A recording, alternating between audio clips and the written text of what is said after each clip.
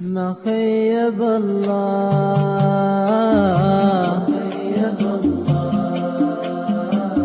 ما خيب الله.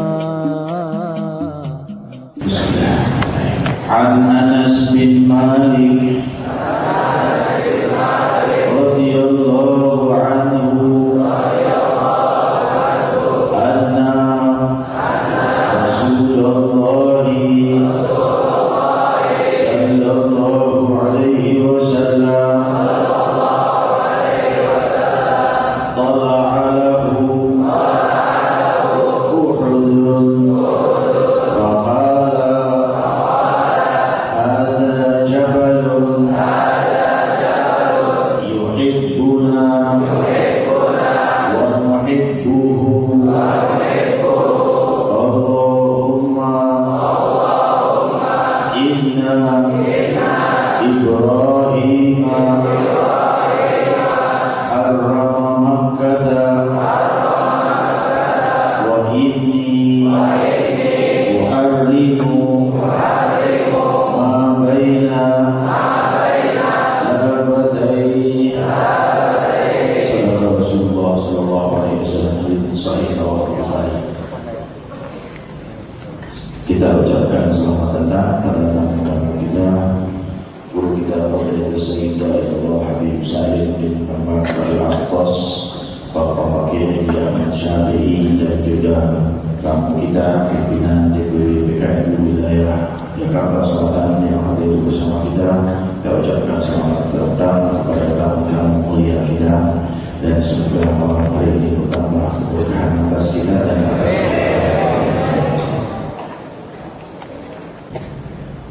hamdan li rabbin khassana bi Muhammadin wa anqadhana min dhulmatil jahli wa dayajili. Alhamdulillahilladzi hadana bi'abdihi al-mukhtar man da'ana ilayhi bil idni wa qad nadana labbaika ya man dalana wa hadana. Sallallahu wasallam wa baraka alaihi wa ala alihi. Alhamdulillahilladzi jama'ana, alhamdulillahilladzi qad khassana, alhamdulillahilladzi ahdarana fi hadzal majma'.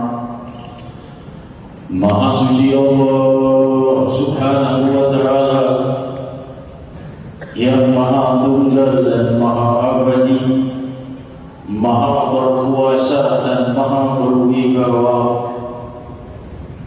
Maha suci Allah Subhanahu wa ta'ala yang alam semesta, tujuh lapis langit dan bumi, dan semua yang ada di angkasa raya adalah hamba di dalam penghambaan kehadirannya, tunduk kepada setiap perintahnya, taat kepada semua ketentuannya. Allah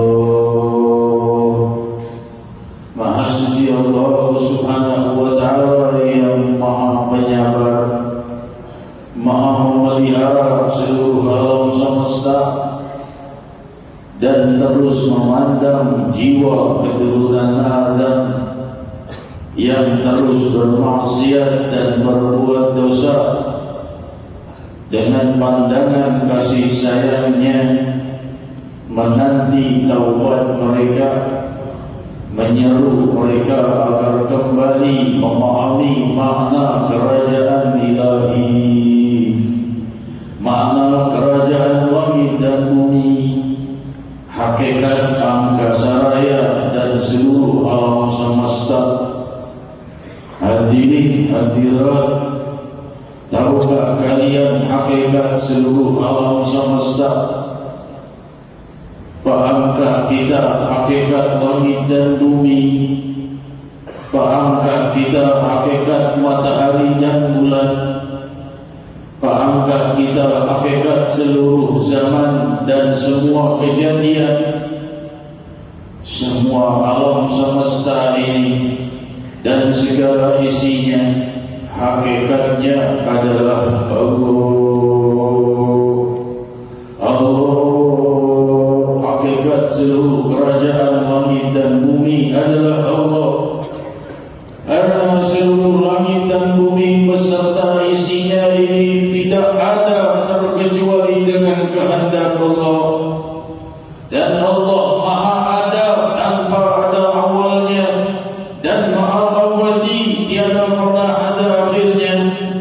berbeda dengan keberadaan alam semesta yang dimulai dengan suatu kejadian. Allah tidak sebagaimana hamba-hambanya yang perlu bermula untuk melewati kehidupan. Demikian hakikat kerajaan langit dan bumi, hakikat semua kejadian, semua yang kita lihat, semua yang kita dengar, semua yang terjadi, semua yang sedang terjadi, dan semua yang akan terjadi, kesemuanya fana. Yang abadi adalah Allah. Yang abadi adalah Allah. Hadirin hadirat, Allah Subhanahu wa ta'ala lah yang maha ada. Dan sebab itu ketika jiwa sampai pada puncak zikir, sampai pada puncaknya khusyuk, sirnalah seluruh nama dari hatinya. Sirnalah semua kejadian, semua kesulitan, semua kenikmatan, semua kemuliaan dan kehinaan. Sirna dan fana berganti dengan cahaya keabadian Allah, berganti dengan kerinduan kehadirannya. Tidak tersisa satu detik pun atau satu jengkal pun di dalam hati dipenuhi cahaya Allah. Demikian hadirin hadirat yang dimuliakan Allah. Beruntunglah Allah Subhanahu wa ta'ala memberikan keberuntungan kepada mereka-mereka yang menginginkannya dengan mengikuti tuntunan sang Nabi yang membawa keberuntungan di dunia dan akhirat. Dan Allah Subhanahu wa ta'ala menjadikan sanubari kita dan hati kita dan jiwa kita ini pintu yang luas untuk sampai kepada Allah, untuk berhubungan dengan Allah dengan bahasa jiwa, bukan dengan bahasa bibir, tapi dengan bahasa hati. Mereka bisa sampai ke Hadratullah Jalla wa'ala tanpa membutuhkan jarak dan waktu, tanpa membutuhkan waktu dan tanpa membutuhkan jarak. Ketika dalam satu detik mereka berhubungan memanggil nama Allah, dalam detik itu pula Allah mendengarnya. Jangankan mereka memanggil Allah, mereka berpikir saja Allah maha melihat pemikirannya. Mereka bersangka baik atau buruk pada Allah, detik itu Allah mendengar dan melihat. Demikian dahsyatnya hadirin hadirat, hijab yang terbuka, tabir yang terbuka antara jiwa orang yang mukmin dengan Allah. Tidak ada pemisah antara hati orang mukmin dengan Allah Subhanahu wa ta'ala. Hingga setiap ucapan-ucapan mereka didengar oleh Rabb. Beruntunglah mereka-mereka yang merindukan Allah, karena memang Allah Subhanahu wa ta'ala adalah yang maha berhak didambakan. Dalam segala hal keberuntungan berada pada Allah. Semua ketiadaan kita, keberuntungannya tergantung kepada Allah. Beruntunglah mereka yang memahami hakikat kerajaan alam semesta, yaitu Allah. Kau lihat gunung itu hakikatnya adalah bukan gunung, karena gunung itu sirna dan fana.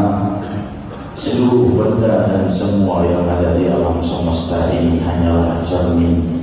Hakikatnya adalah Allah yang maha ada, karena semuanya ini asalnya tiada dan akan kembali kepada ketiadaan.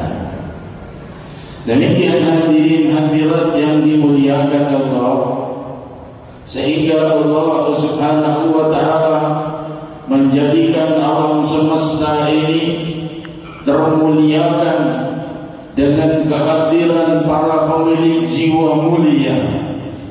Tentunya kita memahami satu nama yang paling khusyuk, satu nama yang selalu jiwanya bersambung dengan cahaya keridhaan Allah, Sayyidina Muhammad sallallahu alaihi wasallam wa baraka alaihi wa ala alihi, pemilik sanubari terindah dan termulia karena telah dipenuhi oleh hikmah ilahiyah, sebagaimana diriwayatkan dalam Sahih Bukhari bahwa Rasul sallallahu alaihi wasallam mengalami pembelahan dada sebelum Isra dan Mi'rajnya ke langit.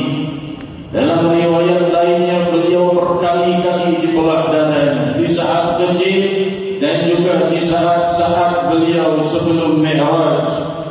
Diriwayatkan dalam Sahih Bukhari, Rasul sallallahu alaihi wasallam bersabda, "Kulihat atap rumahku terbelah, dan di saat itulah aku dibelah dadaku oleh Jibril. Lantas Jibril membersihkannya dan memenuhinya dengan hikmah." Belum pernah Allah berbuat kepada hamba yang lain seperti ini terkecuali pada Sayyidina Muhammad sallallahu alaihi wasallam. Dipenuhi hikmah sehingga jadilah hati dan sanubari beliaulah yang paling indah dan paling suci dari semua jiwa dan sanubari, sehingga berpadulah berjuta bahkan beratus juta hamba Allah di dalam payung tauhid di bawah bimbingan Sayyidina Muhammad sallallahu alaihi wasallam wa baraka alaihi. Dan Allah menjadikan alam semesta menghargai hamba-hambanya yang salah. Sampailah kita kepada hadis mulia ini, riwayat Sahih Bukhari, bahwa Sayyidina Anas bin Malik radhiyallahu anhu meriwayatkan bahwa sungguh Rasulullah sallallahu alaihi wasallam mendaki gunung Uhud. Lantas Rasul sallallahu alaihi wasallam bersabda, "Hadza jabalun yuhibbuna wa nuhibbu." Gunung Uhud ini mencintai kami dan kami mencintainya. Al-Hafidz Al-Imam Ibnu Hajar Al-Asqalani di dalam kitabnya Fathul Bari bi Syarh Sahih Bukhari menjelaskan makna hadis ini adalah yang sahih adalah hakikatnya demikian. Walaupun ada penafsiran yang mengatakan yang dimaksud bukan gunung Uhudnya, tapi penduduk yang ada di gunung Uhud. Tapi Imam Ibn Hajar mengatakan pendapat yang lebih sahih adalah hakikat ucapan sang Nabi, bahwa gunung itulah yang mencintai beliau sallallahu alaihi wasallam, sebagaimana gua Hira yang juga berguncang ketika dimasuki oleh sang Nabi seraya berkata, "Uthbut, tenanglah," maka gua itu terdiam. Yang dimaksud guanya bukan penduduknya. Demikian Imam Ibn Hajar berpendapat, dan demikian pula Imam Nawawi yang kitabnya Syarah Nawawi ala Sahih Muslim, bahwa yang dimaksud dalam hadis ini betul-betul gunung itu yang memang mencintai Nabi Muhammad sallallahu alaihi wasallam. Karena diriwayatkan pula dalam Sahih Bukhari bahwa ketika batang pohon kurma juga menjerit sedih karena cintanya kepada Nabi Muhammad sallallahu alaihi wasallam wa baraka alaihi, sehingga Imam Nawawi Al-Hafidz mengatakan bahwa kejadian ini berkaitan. Allah jadikan benda-benda mati pun mencintai Nabi Muhammad sallallahu alaihi wasallam wa baraka alaihi, ibrah dari Allah kepada umatnya, dan hal yang merupakan satu hal yang sangat menggembirakan kita dan mengharukan kita.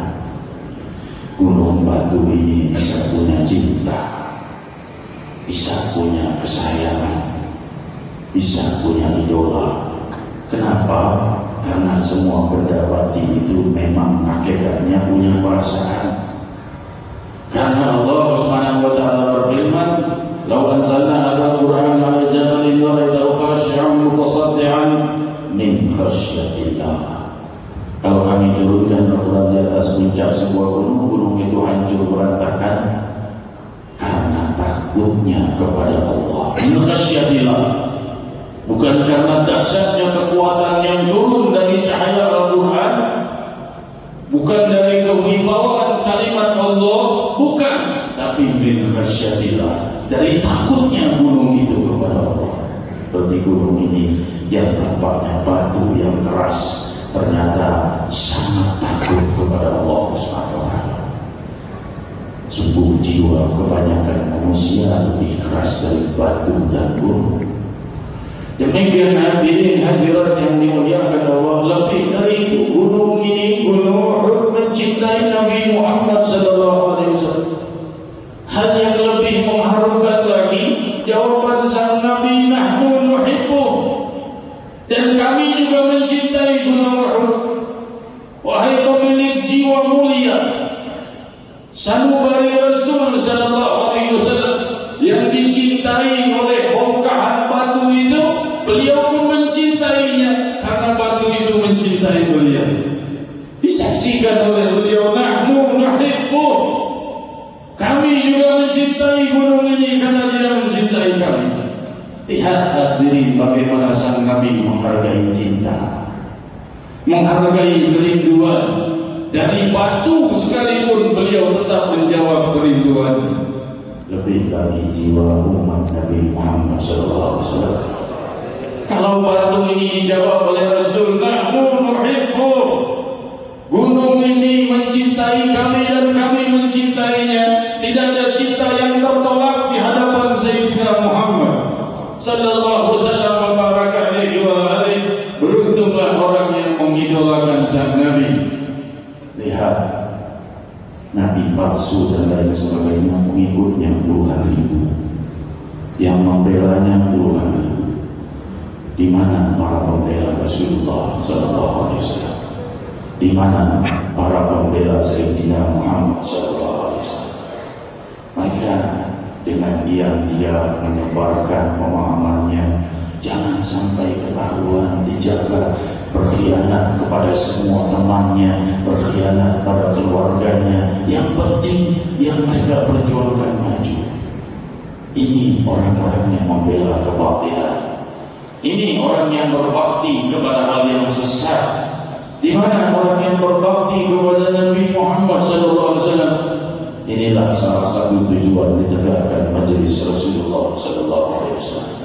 Hadirin hadirat yang dimuliakan Allah, lalu Rasul sallallahu alaihi wasallam meneruskan ucapannya, Allahumma inna Ibrahim harrama Makkah wa inni uharrimu ma baina labataiha. Aku sungguh, wahai Allah, Ibrahim alaihissalam telah membuat Makkah menjadi tanah haram, tanah yang mulia. Maka sungguh aku menjadikan tanah haram di antara dua bukit ini, maksudnya Madinatul Munawwarah. Demikian hadirin hadirat, sehingga berkata para ulama dan muhaddits kita, kenapa haram Makkah itu lebih afdal dari haramul Madinah? Padahal Makkah itu termuliakan dengan doa Nabi Ibrahim, sedangkan Madinah termuliakan dengan doa Nabi Muhammad, pemimpin Nabi dan Rasul. Sebagian para muhaddits menjawab, karena Makkah juga kebahagiaan, keberkahan dan termuliakan dengan tanah kelahiran Sayyidina Muhammad sallallahu alaihi wasallam. Maka berpadulah kemuliaan dan keberkahan dari Rasulullah Muhammad sallallahu alaihi wasallam dan Nabi Ibrahim alaihi salatu wasallam. Hadirin hadirat yang dimuliakan Allah, diriwayatkan dalam Sahih Bukhari bahwa Rasul sallallahu alaihi wasallam bercerita mengenai Nabi Ibrahim alaihi salatu wassalam. Rasul sallallahu alaihi wasallam berkata, Ibrahim alaihi salam mendudukkan istrinya Hajar alaihi salam, Siti Hajar, bersama putranya Nabi Allah Ismail alaihi salatu alaihi salam. Lantas setelah itu Nabi Ibrahim mendudukkannya di lembah Makkah.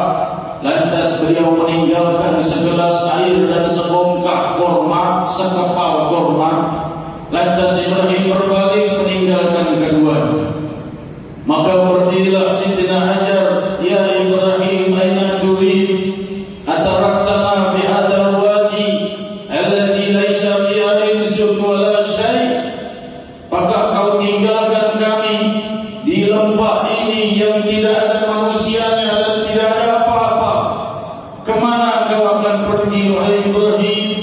Di lembah itu hadirin tidak ada pohon, tidak ada hewan, tidak ada tempat berteduh sekalipun, bahkan air pun tidak ada.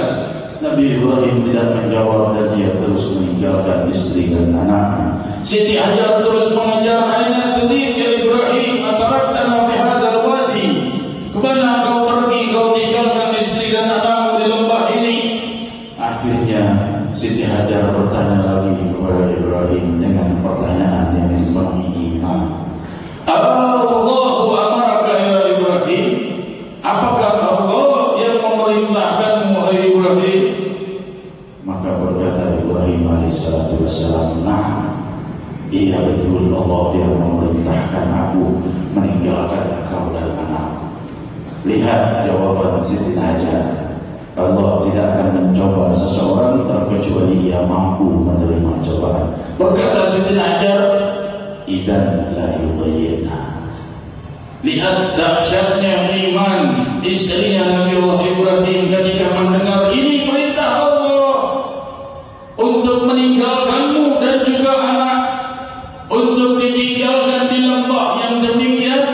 Istrinya menjawab, "Kalau perintah Allah, idzan la yudhayyina."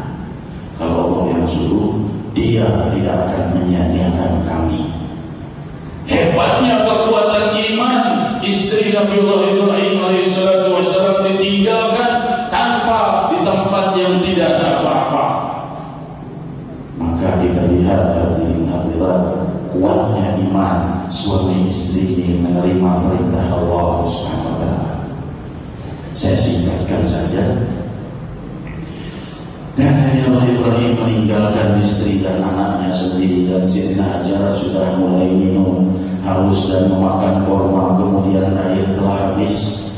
Mulailah ia lapar melihat anaknya pun pula membutuhkan air, maka dia pun menggendong putranya yaitu Nabi Allah Ismail alaihissalatu wassalam naik ke atas bukit Safa mencari orang-orang yang barangkali ada kafilah lewat.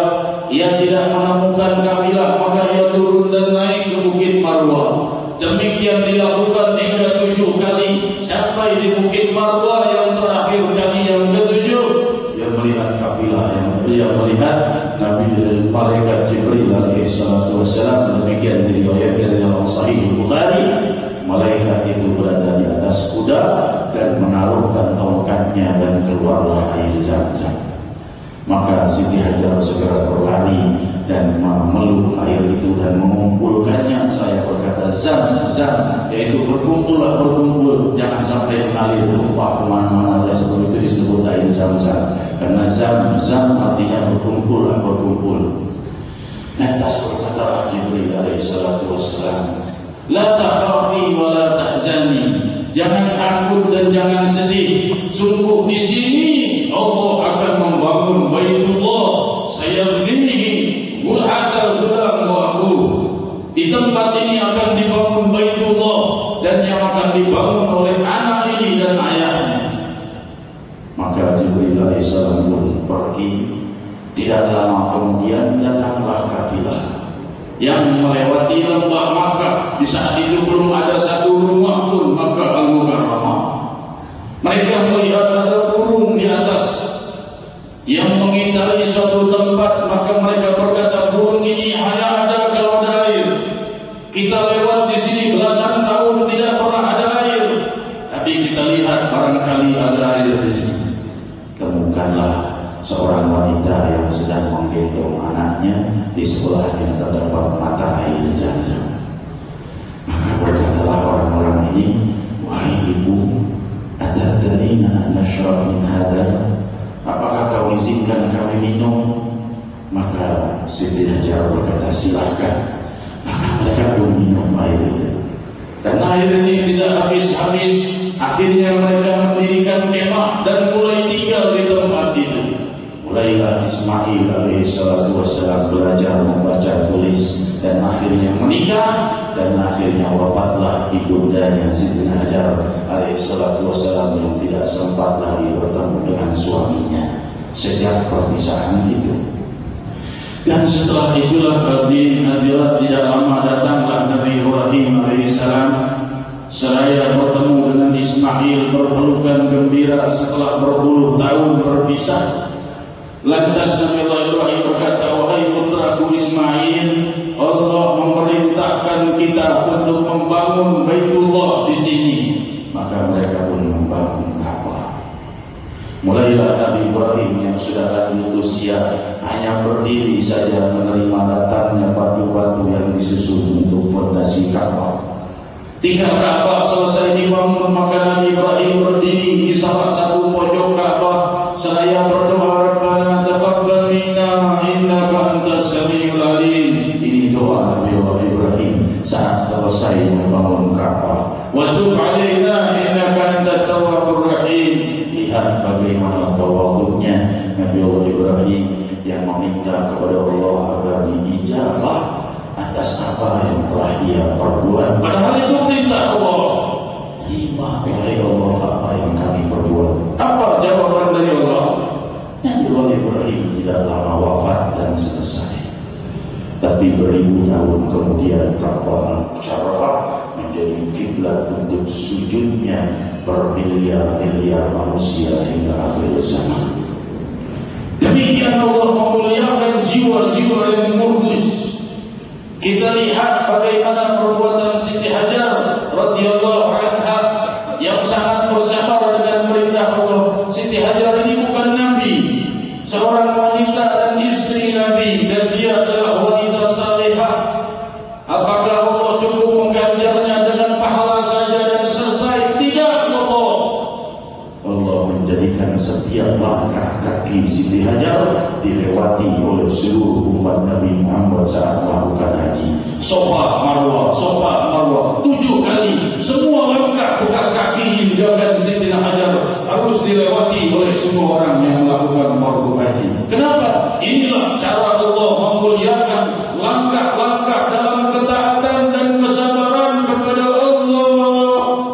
Jadilah berjuta, berpuluh-puluh juta manusia harus melewatinya 7 kali sebagaimana dilewati oleh Siti Hajar 7 kali. Safa Marwah. Untuk apa bolak-balik di sini? Tahuilah bagaimana aku memuliakan hamba-hambaku yang taat kepada-Ku. Demikian Allah memuliakan wanita salihah. Demikian dahsyatnya ketaatan seorang wanita kepada Allah dan suaminya, sehingga seluruh manusia, lelaki dan wanita, tidak peduli wali, tidak peduli ulama ataupun siapapun, harus melewati fardu haji mengikuti langkah Siti Hajar. Demikian dahsyatnya Allah Subhanahu wa taala memuliakan seorang wanita yang menjadi berlian, yaitu Siti Hajar alaihissalatu wassalam. Apa tahu Siti Hajar? Tahunya adalah kekeringan mau cari minum untuk anaknya. Itu saja yang diketahui Siti Hajar. Dia tidak tahu tempatnya akan dibangun dan dilewati miliaran manusia untuk mengikuti langkahnya kelak. Siti Hajar hanya orang yang bersabar pada Allah. Itu yang dia ketahui. Tapi lihat bagaimana Allah memuliakan. Demikian hadirin hadirat diriwayatkan dalam Sahihul Bukhari.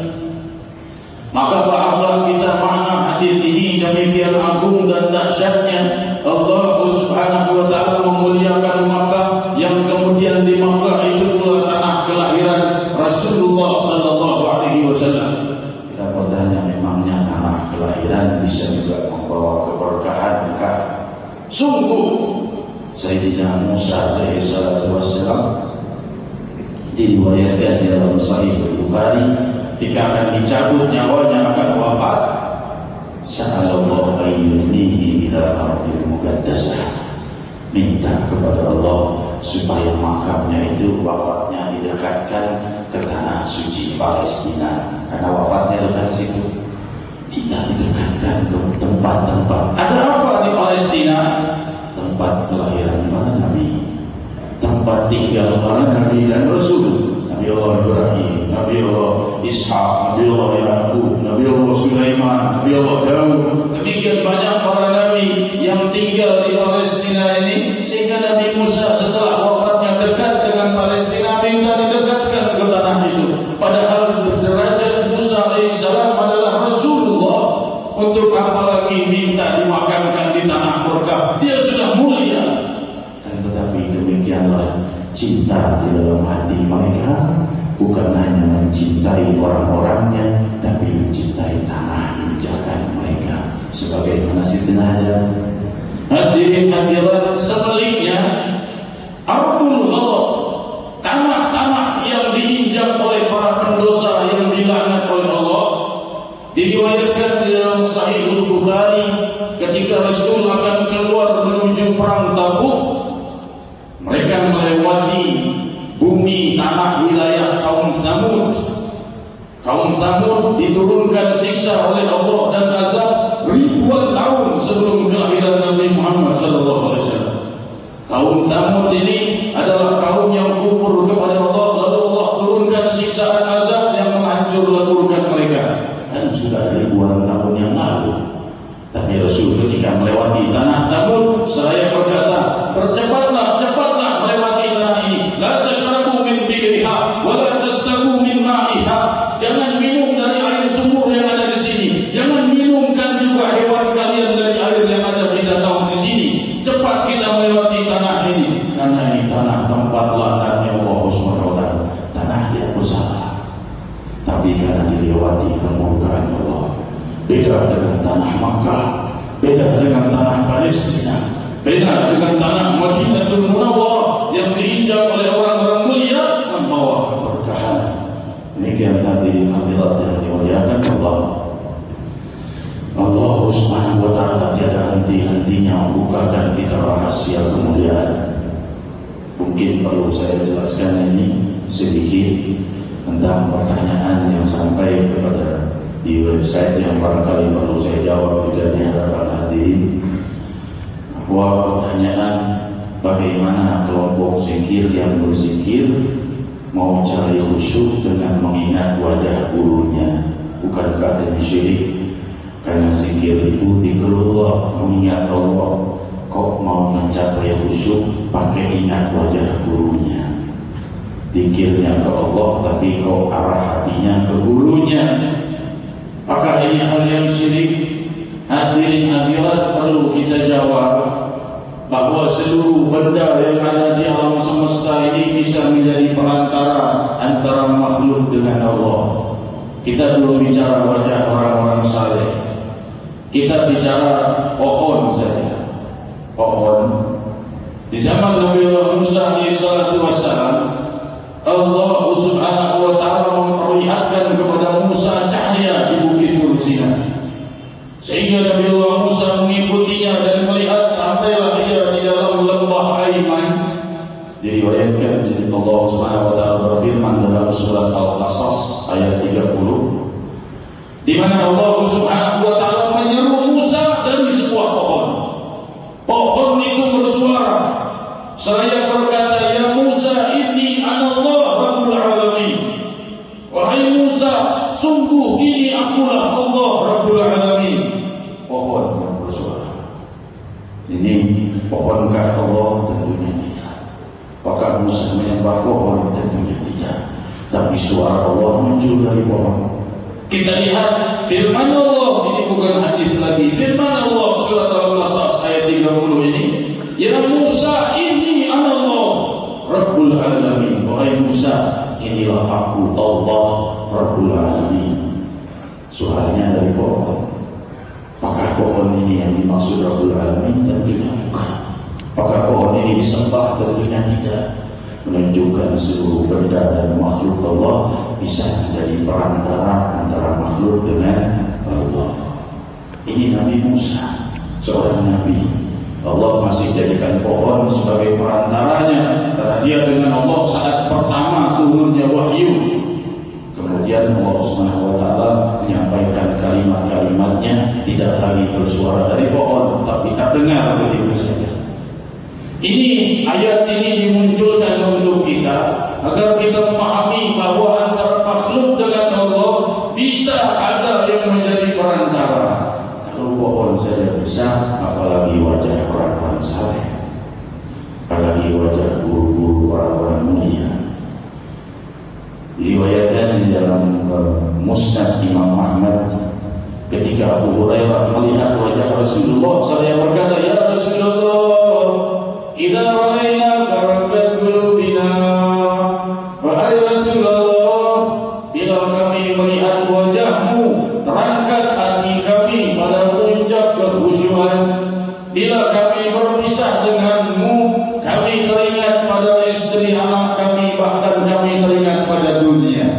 Tapi jika melihat wajahmu, kami berada dalam kekhusyuan. Berarti jadilah perantara khusyuk ini bagi para sahabat wajah Sayyidina Muhammad sallallahu alaihi wasallam kepada kalian. Wajah orang mulia ini menjadi cermin keindahan Allah Subhanahu wa taala. Kita saat pikir ingat api neraka jadi khusyuk gitu. Ingat gunung meletus dan laharnya yang mengerikan jadi khusyuk. Itu kan perantara khusyuk berarti. Gunung berapi. Atau ingat ibunda kita yang sedang sujud di malam hari, atau ingat ibunda kita yang sedang menahan sakitnya melahirkan, hingga air mata kita mengalir bersyukur kepada Allah dan mendoakannya. Bukankah di perantara makhluk tentunya lebih lagi Sayyidina Muhammad sallallahu alaihi wasallam kepada kalian. Lekan hadirin hadirat yang dimuliakan Allah, demikian yang perlu kita sampaikan. Dan kemuliaan-kemuliaan tidak akan berhenti.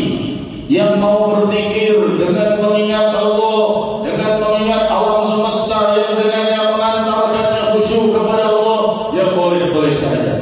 Bila ia mampu menafikan seluruh makhluk sehingga ia betul-betul berpikir dan khusyuk kepada Allah, ya alhamdulillah. Tetapi jangan sampai hal seperti ini justru dikatakan musyrik. Kalau musyrik berarti Nabi Musa juga musyrik, bahkan Allah mengajarkan kemusyrikan, bahkan para malaikat bersujud kepada Adam. Demikian hadirin hadirat yang dimuliakan Allah.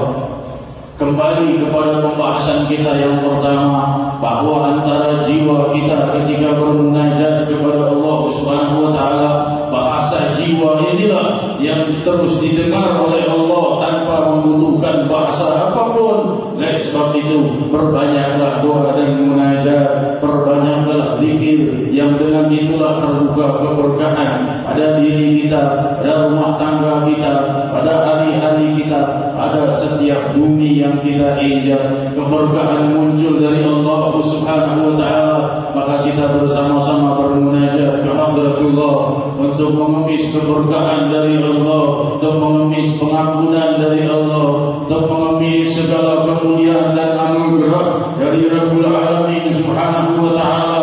Maka kita berpadu hati memanggil seindah-indah nama, semulia-mulia nama, nama yang paling agung, nama yang berpadu kepadanya seluruh hakikat kerajaan langit dan bumi. Faqulu ya Allah, ya Allah, ya Allah, ya Allah, ya Allah, ya Allah, ya Allah, ya Allah,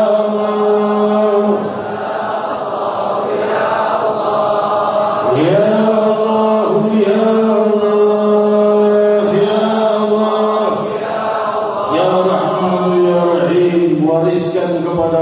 kesejukan jiwa, kesejukan dalam kehidupan kami, dan tenangkan kehidupan kami dari segala gangguan dan rintangan.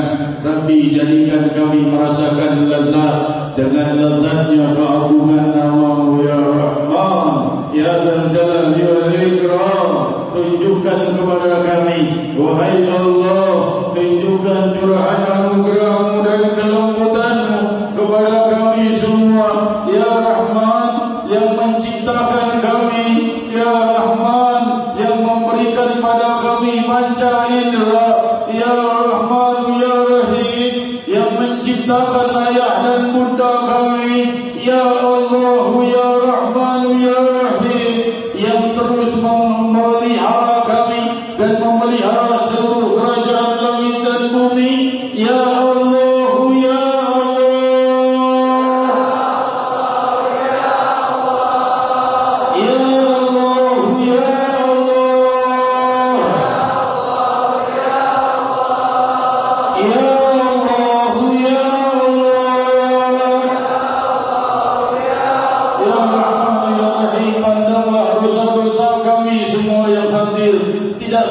dari kami yang lepas dari dosa dan kesalahan, dan tidak satu pun dari kami yang tidak berharap pengampunan dari-Mu ya Allah, yang maha berhak diharapkan atas pengampunan, dan Kau maha mampu dan maha berkuasa atas segala kejadian, ya Rahman. kami hanya bersujud kepadamu, Ya Rahim, yang kami tidak menyembah selainmu, Ya Rahman, yang kami salat untukmu, tanda bakti kami kehadiratmu, Rabbi.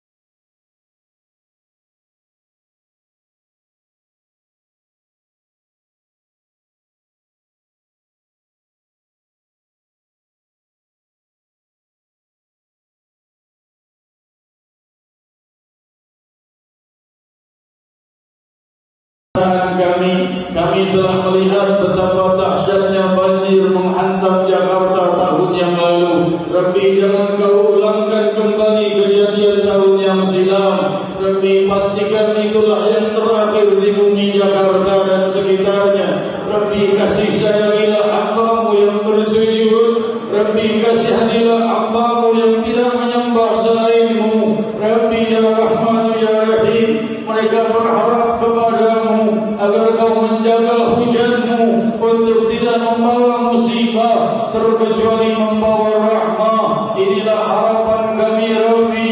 Kami menangkan pada nama-Mu yang maha luhur, Ya Allah, Ya Allah, Ya Allah,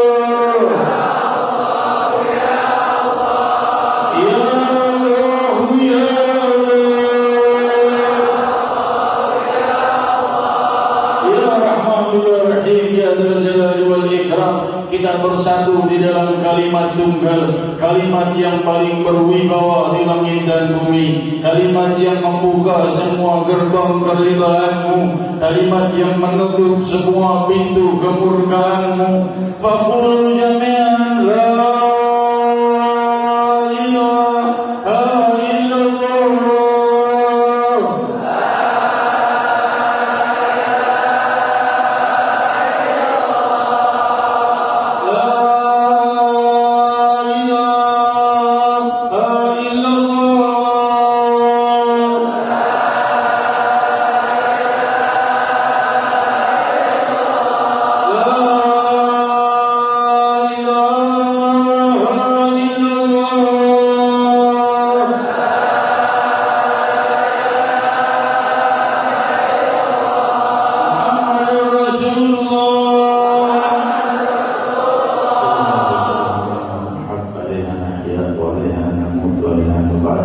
InsyaAllah ta'ala minal aminin hadirin hadirat, tenanglah dengan Allah.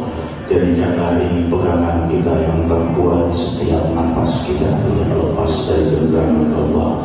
Berpeganganlah selalu dengan